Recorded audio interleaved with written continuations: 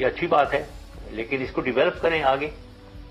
جی سر، 2010 میں بھی انہوں نے کشمیریوں کا جب ساتھ دیا تھا تو باقاعدہ انڈین گورنمنٹ نے تہران کے سامنے اپنا احتجاج ریکارڈ کرایا تھا۔ سر اسی کے ساتھ آپ سے ایک اور بات پوچھنا چاہوں گی کہ برہان وانی کی شہادت اور سید صلاح الدین کو عالمی دہشت گرد قرار دینے کو بھارت اپنا بہت بڑا فائدہ سمجھ رہا ہے، آپ کو کیا لگتا ہے کیا واقعی فائدہ ہوا ہے یا نقصان؟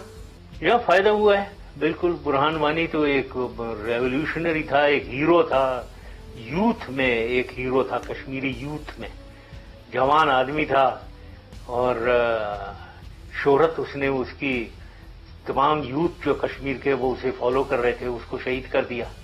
اس کے بعد اس کے بھائی کو بھی شہید کر دیا کچھ مہینے بعد، مظفر وانی کو بھی شہید کیا انہوں نے۔ تو یہ سلسلہ چل رہا ہے اور ان کو یہ ٹیررسٹ ڈکلیئر کر دیتے ہیں۔ اب یہ صلاح الدین صاحب جو ہیں یہ تو آئے ہیں 90s میں یہ آئے ہیں وہاں سے کشمیر سے بھاگ کر، جب ہندوستانی فوج نے اب ان کو ایک سول اپرائزنگ کو دبایا جی اور مارا ان لوگوں کو، کئی لوگ شہید ہوئے، اس وقت یہ بھاگ کر آئے ہیں یہاں۔ اور ظاہر ہے یہ کشمیری ہیں، یہ اپنے کشمیری بھائیوں کے ساتھ ہیں، ان کا دل ان کے ساتھ دھڑکتا ہے۔ اب کیونکہ یہ وہاں ظاہر ہے انوالوڈ ہوں گے کشمیر میں، جو بھی کشمیری فوج کے ساتھ لڑ رہے ہیں، اور یہ مجاہدین جو اپنی کارروائیاں ہو رہی ہیں وہاں، اب ان کو بھی انہوں نے ٹیررسٹ ڈکلیئر کر دیا، تاکہ یہ جو بھی کچھ کرنا چاہ رہا ہے ہندوستانی فوج کے خلاف، ان کو ٹیررسٹ ڈکلیئر کرو انٹرنیشنلی، ان کو ہلنے نہ دو، اور پھر خوب مارو سیویلین جتنے بھی بیچارے کشمیری ہیں، ان کو پھر دبا کے جو لڑ سکے ہیں ان کو ٹیررسٹ ڈکلیئر کر کے آؤٹ کرو، اور پھر بیچارے جو رہ گئے ہیں ان کو مارو اور پھر دباؤ اور ختم کرو انہیں۔ یہ ان کی اسٹریٹجی ہے انفارچونیٹلی۔ اب ہماری اسٹریٹجی کلیئر ہونی چاہیے پاکستان کی، پاکستان کا رول بہت کرٹیکل ہے اور وہ پلے کرنا چاہیے پاکستان، بالکل کرنا چاہیے۔ جی جنرل صاحب، اسی کے ساتھ میں موجودہ حالات پہ کچھ اور سوالات آپ سے کرنا چاہوں گی۔ اس میں میں یہ بھی کہنا چاہتا ہوں Sumaiya, sorry, no please continue sir, please continue.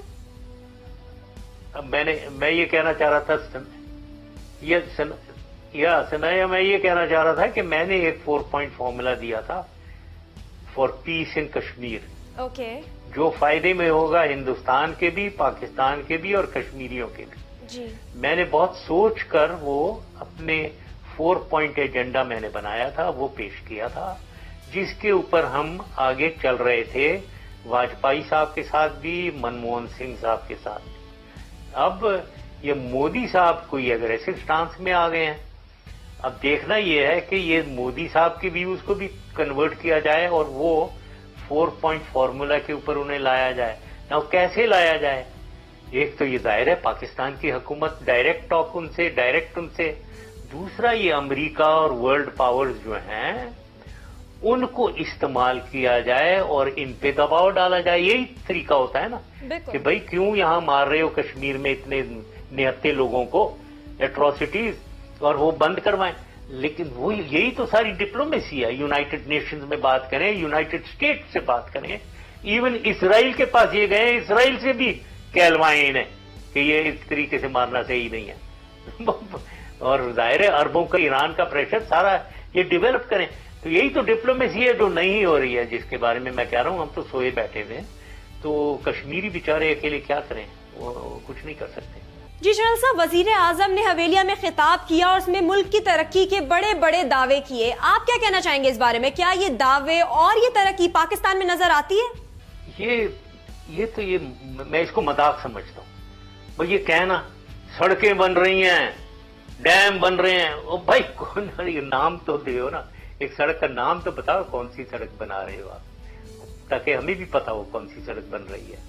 نہ کچھ سڑکیں بن رہی ہیں، چھوٹی موٹی جو بن رہی ہوں گی لاہور کے اندر، یس وہ اورنج ٹرین بھی چل رہی ہے، میٹرو بھی لگ رہی ہے، شاید ادھر سڑکیں اور بائی پاسز وغیرہ، رنگ روڈ جو ہماری زمانے میں شروع ہوا تھا وہ کمپلیٹ ہو گیا، وہ ٹھیک ہے۔